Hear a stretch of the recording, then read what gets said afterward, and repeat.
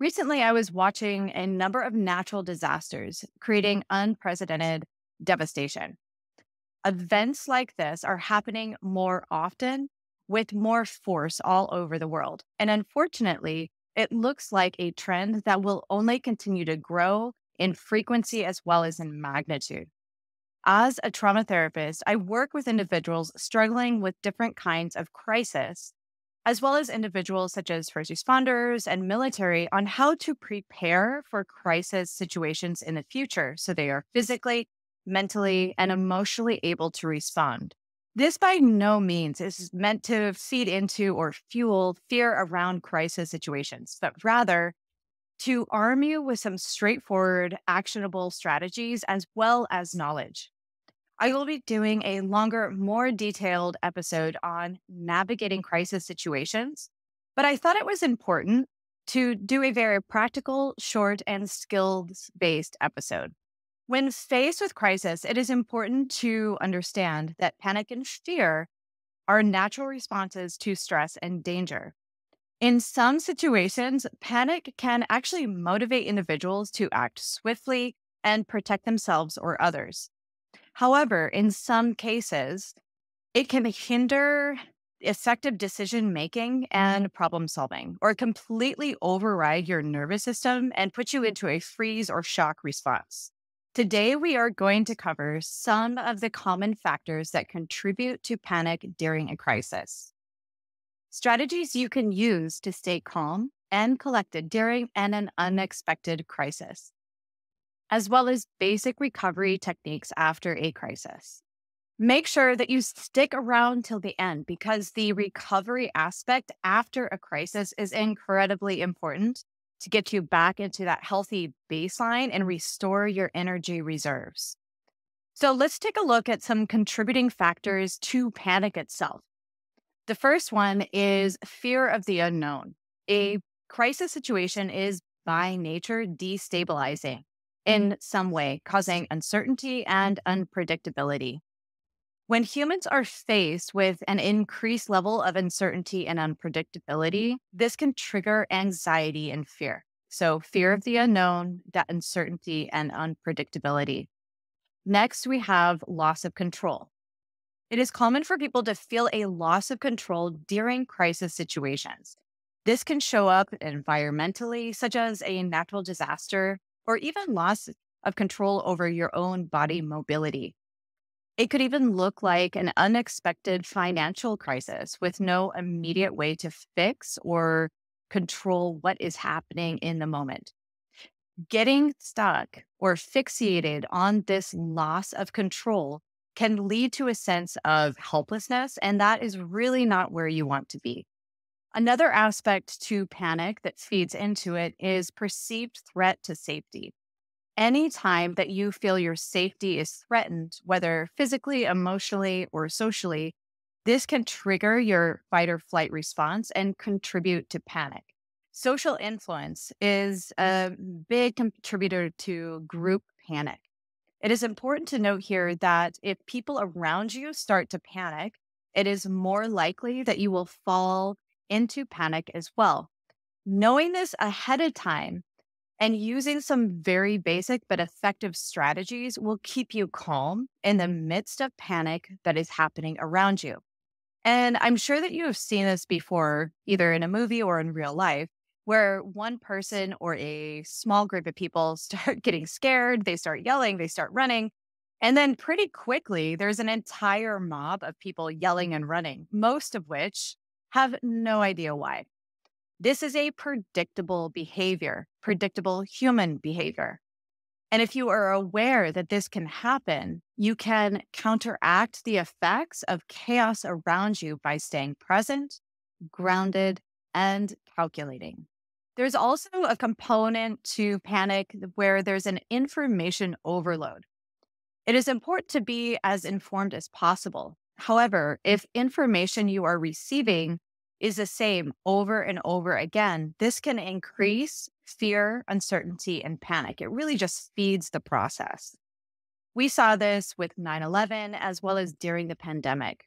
So I suggest taking breaks from news or social media to calm and reorient yourself during that process. So, and we'll talk about this a little bit later, but inserting these moments of down regulation, recollecting yourself, and then coming back to address any new information that has come to surface. It's also important to look at your tolerance baseline, and this is going to be different for everybody. Based on your history with previous trauma as a child or an adult and negative experiences, will determine your ability to navigate distress and unpredictability. Some people can navigate quite a bit, and other people really can't navigate a whole lot. If you know you have a reduced window of tolerance for distress, it is very important to double down on these regulation skills during a crisis. Again, remember that panic is a normal human response. Your nervous system engages into a fight or flight response. However, if your sympathetic nervous system engages too much, it will blunt your ability to think clearly, problem solve effectively, and in some cases, feel paralyzed. The magic is actually being able to effectively down regulate your nervous system independent of what is going on around you to ensure that you stay calm, clear headed, and have the capability to adapt quickly. And sometimes not so quickly, depending on what situation is presenting itself. How to avoid panic and regain control from panic. So, if you know that panic is an overactivation of your sympathetic nervous system, then your goal is intentionally to down regulate your nervous system and bring your body back under your control, your mind back online, and be emotionally regulated. The mind tends to get tunnel visioned and scattered. I know that sounds counterintuitive, but it tunnel visions down into very specific things. But then also, if you look at somebody in panic, they're oftentimes darting around with their eyes. So it's like this scattered, but yet tunnel visioned aspect. And emotions become highly dysregulated. None of these are going to be facilitating you being grounded in your body, being able to make good decisions for you or your family. The STOP acronym can help focus the down regulation process. STOP. So STOP stands for pause and take a moment. T is think, assess the situation. O is for observe, gather information about what is happening. P is for plan, decide a course of action. Let's break the S in the stop down and put important skills into the process. When you stop, pause, and take a moment, you are taking a moment to get back into your body and let the logical, rational part of your mind come back online. One of the skills that you can use is a 5 senses grounding. This is incredibly simple but powerful technique. Get you back into the moment and into your body. The first step is to look around you and say out loud or even in your head 5 things that you can see. Then 4 things that you can feel, 3 things that you can hear, 2 things that you can smell, and 1 thing that you can taste. 5 senses grounding is quick to use and leverages your senses to anchor you back into your body and into the moment. In the moment is the only place we can make strategic decisions and access creative problem solving. This exercise can be used over the course of 5 or 10 minutes, or even just in a few seconds. Just bringing your 5 senses, your intention, your attention back into the moment so you can make those strategic decisions that are necessary. Still in the realm of the S aspect of stop, pause, and take a moment, we're going to take a look at an incredibly powerful and simple skill, just extending your exhale. One of the fastest and most effective ways to manually downshift from a high sympathetic nervous system activation to a more manageable state is by extending the amount of time you exhale compared to your inhales.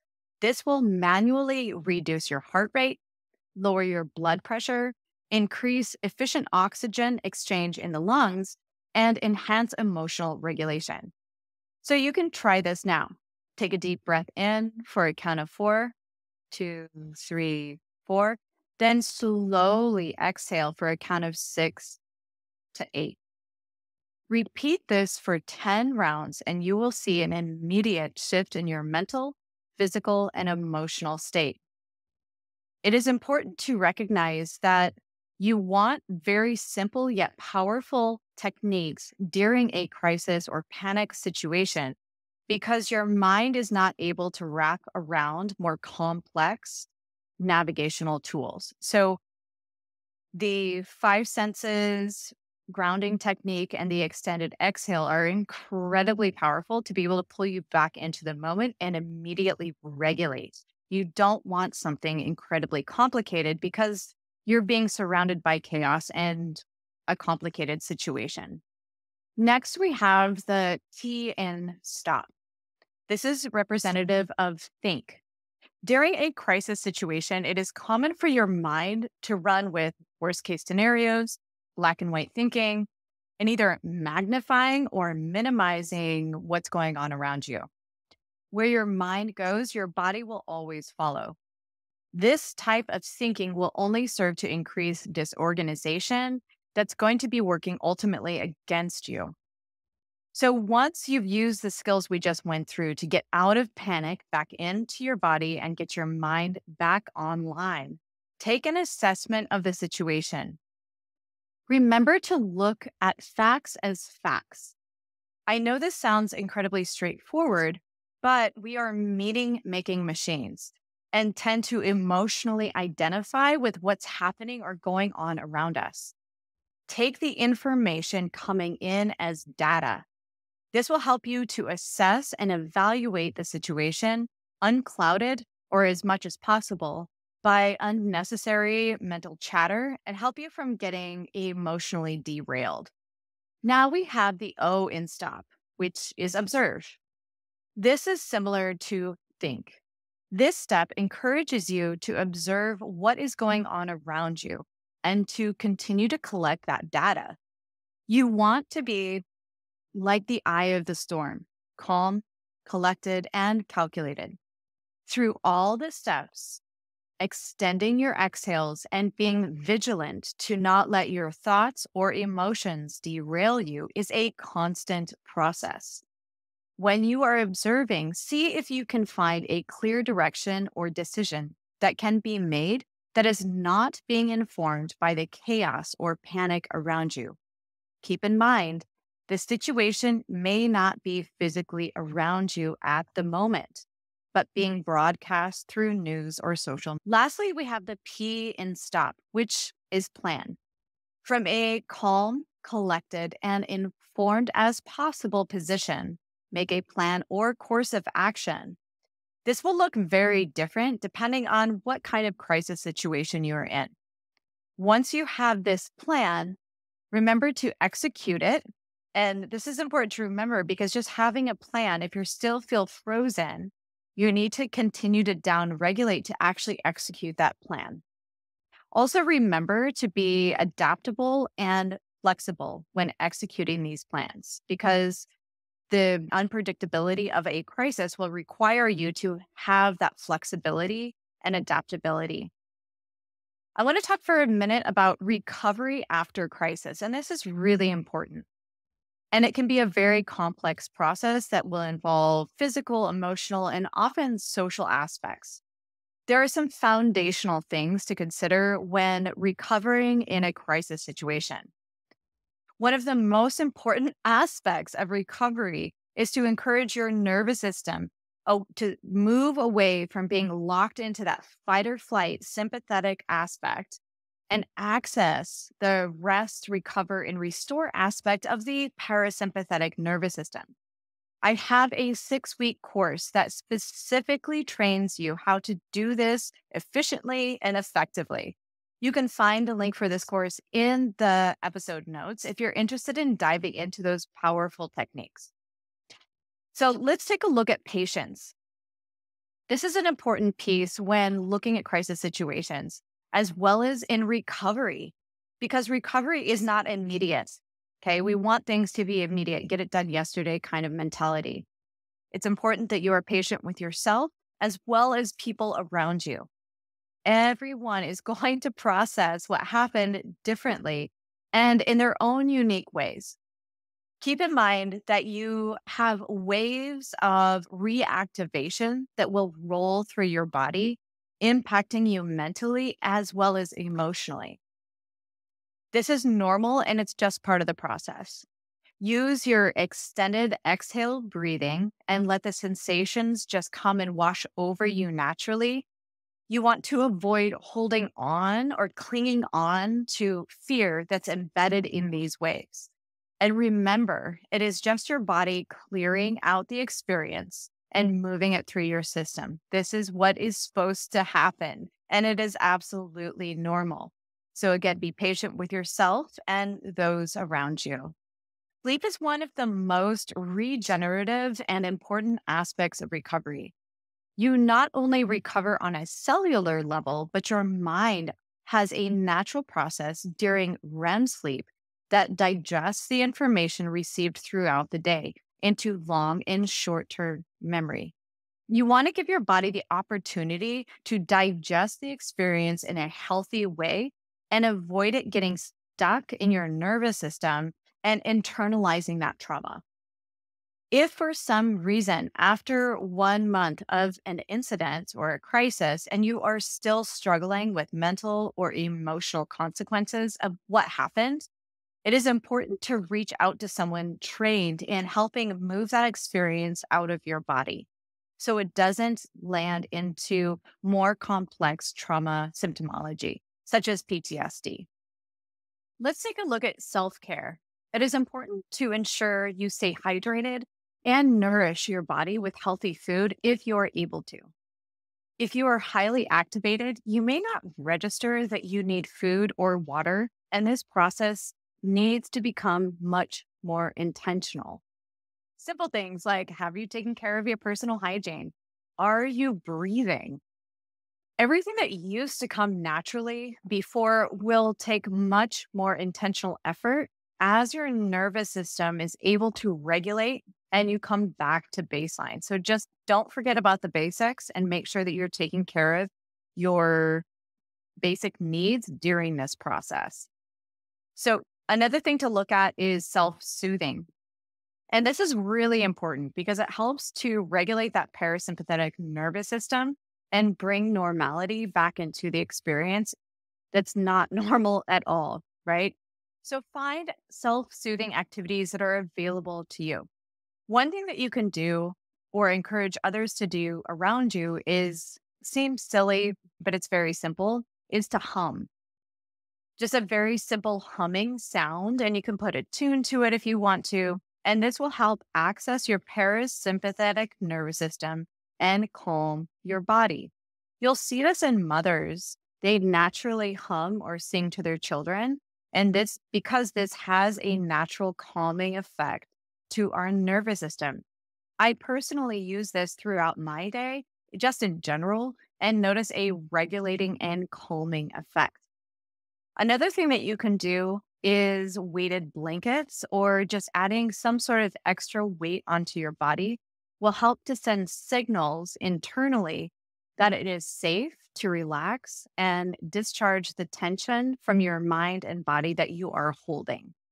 Connecting socially is really important, even if it's with loved ones or individuals that have gone through a similar experience. After a crisis, it is common for people to isolate. Reach out to others in a way that feels safe and supportive to you. Studies show that individuals that connect with others that have gone through similar crisis situations and share their experience recover faster and avoid PTSD symptoms better than those individuals who isolate. Stay present and keep it simple, sweetheart. After a highly demanding situation like a crisis, it can be easy to feel overwhelmed by the small things. Use the five senses grounding and other mindfulness techniques to stay in the moment and in your body. Tasks that have been easy in the past might take more effort. Again, practice patience with yourself and those around you. Slow down, move intentionally, and give your body and your mind the time it needs to unwind the chaos it has just experienced. Recovery after a crisis is a process, my friends, not a race. It is important to note here that in the case of crisis situations that are enduring and that will take long term engagement, an example of this would be the pandemic we have all just lived through, or a situation that will take a week or so to resolve. The need for intermittent doses of recovery is paramount. You need to insert moments of rest and recovery if at all possible.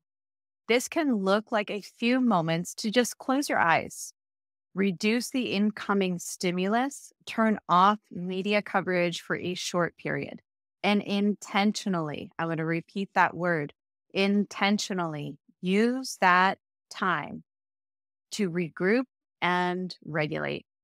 I will make another episode specifically addressing strategies around navigating long-term crisis situations. But for now, it is important to apply the same concepts and skills already covered, inserting them periodically throughout the days or weeks of a long-term disruption. We cannot stop natural disasters, but we can arm ourselves with knowledge. This is a quote from Petra Nomkova. Knowing what to expect during a crisis and strategies to keep calm, collected, and critically thinking arms you with a way to navigate uncertainty and unpredictability. The more adept you are to navigating chaos and keeping yourself regulated, the more help you can be to those around you that have been swallowed by panic or fear. If you're interested in really diving deep into 6 weeks of powerful strategies to condition and regulate your nervous system, follow the link in the show notes. As a trauma therapist, I have seen the techniques that I put into this course save people's careers as well as families. Learning how to stay in the eye of the storm during chaos is a skill that more of us really need to learn. I hope this was helpful to you, and please share with your families and your loved ones. The more prepared we can be during unpredictable and challenging times, the better off we will all be. And remember, arm yourself with skills, knowledge, and connection. Fear will only cripple your ability to respond effectively and help those around you. Follow the link in the episode notes for a deep dive into invaluable techniques and strategies to condition and regulate your nervous system so you can be better equipped for crisis and more effectively navigate life in general.